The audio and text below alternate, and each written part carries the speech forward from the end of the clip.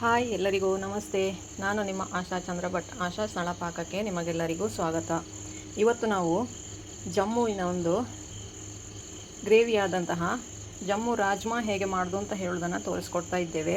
ಚಪಾತಿ ಜೊತೆಗೆ, ಪುಲಾವ್ ಜೊತೆಗೆ, ರೈಸ್ ಜೊತೆಗೆ ಎಲ್ಲ ಇದು ಒಳ್ಳೆ ಕಾಂಬಿನೇಷನ್ ಆಗ್ತದೆ. ಇದನ್ನು ಹೇಗೆ ಮಾಡೋದು ಅಂತ ಈಗ ನೋಡುವ ಸ್ನೇಹಿತರೆ. ಜಮ್ಮು ರಾಜ್ಮಾ ಮಾಡಲಿಕ್ಕೆ ನಮಗೆ ಬೇಕಾಗುವ ಉಳಿದ ಸಾಮಗ್ರಿಗಳಂದರೆ 2 ರಿಂದ 3 ಒಳ್ಳೆ ಹಣ್ಣಾದ ಟೊಮೆಟೊವನ್ನು ಪ್ಯೂರಿ ಮಾಡಿ ಇಟ್ಕೊಳ್ಳಿ. ಹಾಗೆ 1 ಅಥವಾ 2 ದೊಡ್ಡ ಈರುಳ್ಳಿಯನ್ನು ನೋಡಿ ಸಣ್ಣದಾಗಿ, ಎಷ್ಟು ಸಣ್ಣಗೆ ಸಾಧ್ಯವೋ ಅಷ್ಟು ಸಣ್ಣದಾಗಿ ಕಟ್ ಮಾಡಿ ಇಟ್ಕೊಳ್ಳಿ. ಆಮೇಲೆ ಖಾರಕ್ಕೆ ನಿಮಗೆ ಎಷ್ಟು ಬೇಕು ಅಷ್ಟು ಹಸಿಮೆಣಸು, ನಾನಿಲ್ಲಿ 3 ತಗೊಂಡಿದ್ದೇನೆ. ಹಾಗೆಯೇ ಒಂದು 7 ರಿಂದ 8 ಬೆಳ್ಳುಳ್ಳಿ ಎಸಳು, 1 ಇಂಚಿನಷ್ಟು ಶುಂಠಿ, ಇವಿಷ್ಟನ್ನು ಕುಟ್ಟಿ ಪುಡಿ ಮಾಡಿಕೊಳ್ಬೇಕು. ಒಗ್ಗರಣೆಗೆ ಇಲ್ಲಿ ಜೀರಿಗೆ ಮತ್ತು ಪುಲಾವ್ ಎಲೆ, ರುಚಿಗೆ ಬೇಕಾದಷ್ಟು ಉಪ್ಪು, ಸ್ವಲ್ಪ ಕೊತ್ತಂಬರಿ ಸೊಪ್ಪು, ಹಾಗೆ ಮಸಾಲೆಯಲ್ಲಿ 1 ಟೀ ಸ್ಪೂನಷ್ಟು ಕೊತ್ತಂಬರಿ ಹುಡಿ, 1 ಟೀ ಸ್ಪೂನಷ್ಟು ಮೆಣಸಿನ ಹುಡಿ, 1/4 ಟೀ ಸ್ಪೂನ್ ಅರಶಿನ, ಹಾಗೆ 1/4 ಟೀ ಸ್ಪೂನಷ್ಟು ಇಂಗು. ರಾಜ್ಮಾ ಬೆಂದು ರೆಡಿಯಾಗಿದೆ. ಇದು ಮೆತ್ತಗೆ ಬೆಂದಿದೆ. ಈಗ ಬಾಣಲೆ ಬಿಸಿ ಆಗಲಿಕ್ಕೆ ಇಟ್ಟು ಒಂದು 4-5 ಟೇಬಲ್ ಸ್ಪೂನಷ್ಟು ಸಾಸಿವೆ ಎಣ್ಣೆ ಹಾಕುವ. ನಾರ್ತ್ ಇಂಡಿಯನ್ ನಿಮಗೆ ಯಾವುದೇ ಡಿಶ್ ಮಾಡೋದಾದರೂ ಸಾಸಿವೆ ಎಣ್ಣೆಯಲ್ಲೇ ಅವ್ರು ಮಾಡೋದು. ಸಾಸಿವೆ ಎಣ್ಣೆ ಸರಿಯಾಗಿ ಹೊಗೆ ಬರುವಷ್ಟು ಬಿಸಿ ಆಗಬೇಕದು. ಆಮೇಲೆ ಒಗ್ಗರಣೆ ಮಾಡಲಿಕ್ಕಾಗುತ್ತೆ. ಇದಕ್ಕೆ ಎಣ್ಣೆ ನೋಡಿ ಸರಿಯಾಗಿ ಬಿಸಿ ಆಯಿತು. ಈಗ ಜೀರಿಗೆ, ಪುಲಾವ್ ಎಲೆ ಹಾಕಿ ಇದು ಜಾಸ್ತಿ ಹೊತ್ತು ಬಿಡಬೇಕಾದ ಅವಶ್ಯಕತೆ ಇಲ್ಲ, ಯಾಕಂದರೆ ಸಾಸಿವೆ ಎಣ್ಣೆ ನಿಮಗೆ ಬಿಸಿ ಜಾಸ್ತಿ ಇರ್ತದೆ. ಕೂಡಲೇ ಈರುಳ್ಳಿ ಹಾಕ್ಕೊಳ್ಳಿ, ಇಲ್ಲದಿದ್ದರೆ ಜೀರಿಗೆ ಸೀದೋಗ್ತದೆ. ಇದು ದೊಡ್ಡ ಉರಿಯಲ್ಲೇ ಮಾಡ್ಕೊಳ್ಬೋದು. ಜೊತೆಗೇ ಬೆಳ್ಳುಳ್ಳಿ, ಶುಂಠಿ ಹಾಗೂ ಹಸಿಮೆಣಸು ನಾವೇನು ಜಜ್ಜಿ ಇಟ್ಕೊಂಡಿದ್ದೇವೆ ಅದನ್ನು ಕೂಡ ಹಾಕ್ಕೊಳ್ಳುವ. 4 ರಿಂದ 5 ನಿಮಿಷವರೆಗೆ ಸರಿಯಾಗಿ ಈರುಳ್ಳಿ ಸ್ವಲ್ಪ ಕೆಂಪಾಗುವವರೆಗೆ, ಟ್ರಾನ್ಸ್ಪರೆಂಟಿಗಿಂತ ಸ್ವಲ್ಪ ಮುಂದೆ ಹೋಗಬೇಕು, ಸ್ವಲ್ಪ ಕೆಂಪಾಗುವವರೆಗೆ ಇದನ್ನು ನಾವು ಫ್ರೈ ಮಾಡಬೇಕು. 4 ರಿಂದ 5 ನಿಮಿಷ ಬೇಕಾಗ್ತದೆ. ದೊಡ್ಡ ಉರಿಯಲ್ಲೇ ಫ್ರೈ ಮಾಡ್ಬೋದು.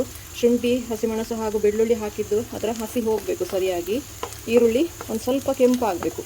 ಕೆಂಪಾಗ್ತಾ ಇದ್ದ ಹಾಗೆಯೇ 2 ಟೇಬಲ್ ಸ್ಪೂನಷ್ಟು ನೀರು ಹಾಕ್ಕೊಳ್ಬೇಕು. ಯಾಕೆಂದರೆ ಸಾಸಿವೆ ಎಣ್ಣೆ ತುಂಬ ಬಿಸಿ ಇರ್ತದೆ ನಮ್ಮ ತೆಂಗಿನ ಎಣ್ಣೆಗಿಂತ, ಅದಕ್ಕೋಸ್ಕರ ಮಸಾಲೆ ಹಾಕುವಾಗ ಅದು ಸೀದು ಹೋಗಬಾರ್ದು ಅನ್ನುವ ಉದ್ದೇಶಕ್ಕೋಸ್ಕರ. ಈಗ ನಾವು ಕೊತ್ತಂಬರಿ ಹುಡಿ, ಮೆಣಸಿನ ಹುಡಿ, ಅರಶಿನ ಹಾಗೂ ಇಂಗನ್ನು ಹಾಕ್ಕೊಳ್ತಾ ಇದ್ದೇವೆ. ಇದನ್ನು ಚೆನ್ನಾಗಿ ಮಿಕ್ಸ್ ಮಾಡಿಕೊಳ್ಳುವ. ಇದು ಸರಿಯಾಗಿ ಮಿಕ್ಸ್ ಆಗ್ತಾ ಇದ್ದ ಹಾಗೆಯೇ ಇದಕ್ಕೆ ನಾವೇನು ಟೊಮೆಟೊನ ನುಣ್ಣಗೆ ರುಬ್ಬಿ ಇಟ್ಕೊಂಡಿದ್ದೇವೆ ಇದನ್ನು ಸೋಸಿ ಬೇಕಾದರೂ ಹಾಕ್ಬೋದು. ನಾನು ಸೋಸಿ ಹಾಕ್ತಾ ಇಲ್ಲ, ಹಾಗೆಯೇ ಹಾಕ್ಕೊಳ್ತಾ ಇದ್ದೇನೆ. ಪೂರ್ತಿಯಾಗಿ ಟೊಮೆಟೊದ ಹಸಿ ಹೋಗುವವರೆಗೆ ಹಾಗೂ ಸೈಡಿಂದ ಎಣ್ಣೆ ಬಿಡುವವರೆಗೆ ಟೊಮೆಟೊವನ್ನು ಫ್ರೈ ಮಾಡಬೇಕು.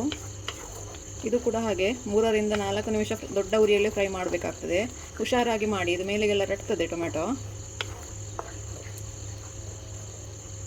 ಈ ಹಂತದಲ್ಲಿ ಇದಕ್ಕೆ ಉಪ್ಪು ಸೇರಿಸ್ಕೊಳ್ತಾ ಇದ್ದೇನೆ. ಚೆನ್ನಾಗಿ ಮಿಕ್ಸ್ ಮಾಡಿಕೊಳ್ಳುವ. ನಾವು ರಾಜ್ಮಾಕ್ಕೆ ಕೂಡ ಉಪ್ಪು ಹಾಕಲಿಲ್ಲ, ಹೆಸರಿಗೆ ತಕ್ಕ ಒಂದು ಸ್ವಲ್ಪ ಉಪ್ಪು ಹಾಕಿದಷ್ಟೇ. ಹಾಗಾಗಿ ಎಷ್ಟು ಉಪ್ಪು ಬೇಕೋ ಅಷ್ಟು ಉಪ್ಪನ್ನು ಹಾಕ್ಕೊಳ್ಳಿ.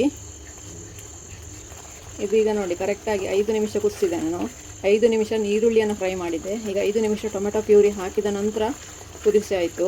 ಸೈಡಲ್ಲೆಲ್ಲ ಎಣ್ಣೆ ಬಿಡಲಿಕ್ಕೆ ಶುರು ಆಯಿತು ಇದೀಗ. ಈಗ ಇದಕ್ಕೆ ನಾವು ಮೆತ್ತಗೆ ಬೇಯಿಸಿ ಇಟ್ಕೊಂಡಂತಹ ರಾಜ್ಮಾ ಹಾಕ್ಕೊಳ್ತಾ ಇದ್ದೇನೆ. ನಾನಿಲ್ಲಿ ಮೆತ್ತಗೆ ಬೇಯಿಸಿದ ಸರಿಯಾಗಿ ಬೆಂದಿದೆ, ಹಾಗಾಗಿ ಅದನ್ನು ಸ್ಮ್ಯಾಶ್ ಮಾಡಿಕೊಳ್ತಾ ಇಲ್ಲ. ನೀವು ಕೆಂಪು ರಾಜ್ಮಾ ಹಾಕಿದರೆ ಅದು ಸರಿಯಾಗಿ ಬೇಯಲಿಲ್ಲ ಅಂತಾದರೆ ಅದನ್ನು ಒಂದು ಸ್ವಲ್ಪ ಸ್ಮ್ಯಾಶ್ ಮಾಡಿಕೊಳ್ಬೇಕಾಗ್ತದೆ. ಇದು ನೋಡಿ ಸರಿಯಾಗಿ ಬೆಂದಿದೆ, ಹಾಗಾಗಿ ಇದನ್ನು ಸ್ಮ್ಯಾಶ್ ಮಾಡ್ತಾ ಇಲ್ಲ, ಹಾಗೆ ನೀರು ಸಹಿತ ಹಾಕ್ಕೊಳ್ತಾ ಇದ್ದೇನೆ ನಾನಿಲ್ಲಿ. ಇದನ್ನೊಮ್ಮೆ ಚೆನ್ನಾಗಿ ಮಿಕ್ಸ್ ಮಾಡಿಕೊಂಡು ಇನ್ನಿದೀಗ 10 ರಿಂದ 15 ನಿಮಿಷ ಸಣ್ಣ ಉರಿಯಲ್ಲಿ ಕುದಿಬೇಕು. ಉಪ್ಪು ಖಾರ ನಿಮಗೆ ಕಡಿಮೆ ಅಂತ ಅನ್ನಿಸ್ತಾ ಇದ್ದರೆ ಹಾಕ್ಕೊಳ್ಳಿ. ಮಾಮೂಲಾಗಿ ಇಷ್ಟು ಸಾಕಾಗ್ತದೆ. ನಾವಿಲ್ಲಿ ಒಂದು 1/4 kg ರಾಜ್ಮದ್ದು ಮಾಡಿದ್ದೇವೆ ಇವತ್ತು.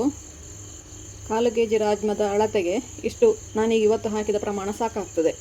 ಅದನ್ನು ನೀವು ಅಷ್ಟೇ ಅಳತೆಗೆ ಮಾಡೋದಾದರೆ ಇಷ್ಟೇ ಹಾಕಿದರೂ ಸಾಕು. ನೀವು ಜಾಸ್ತಿ ದೊಡ್ಡ ಪ್ರಮಾಣದಲ್ಲಿ ಮಾಡೋದಾದರೆ ಇದೇ ಪ್ರಮಾಣವನ್ನು ಡಬಲ್ ಮಾಡಿಕೊಳ್ಳಿ. ಅರ್ಧ kgಗೆ ಹಾಕೋದು ಅಂತಾದರೆ ಇದಕ್ಕಿದಿಷ್ಟು ಸಾಕು. ಇದನ್ನು ಮಿನಿಮಮ್ 10 ನಿಮಿಷ ಒಂದು ಜಾಸ್ತಿ ಕುದಿದಷ್ಟು ರಾಜ್ಮದ ರುಚಿ ಜಾಸ್ತಿ ಆಗ್ತದೆ. ಹಾಗಾಗಿ ನೀವು ಇದನ್ನು ಎಷ್ಟು ಹೊತ್ತು ಕುದಿಸ್ತೀರಿ, ಸಣ್ಣ ಉರಿಯಲ್ಲೇ ಉಪ್ಪು ಖಾರ ರಾಜ್ಮಕ್ಕೆ ಎಳಿಬೇಕು, ಅಷ್ಟರವರೆಗೆ ಅದು ಕುದಿಬೇಕಾಗ್ತದೆ.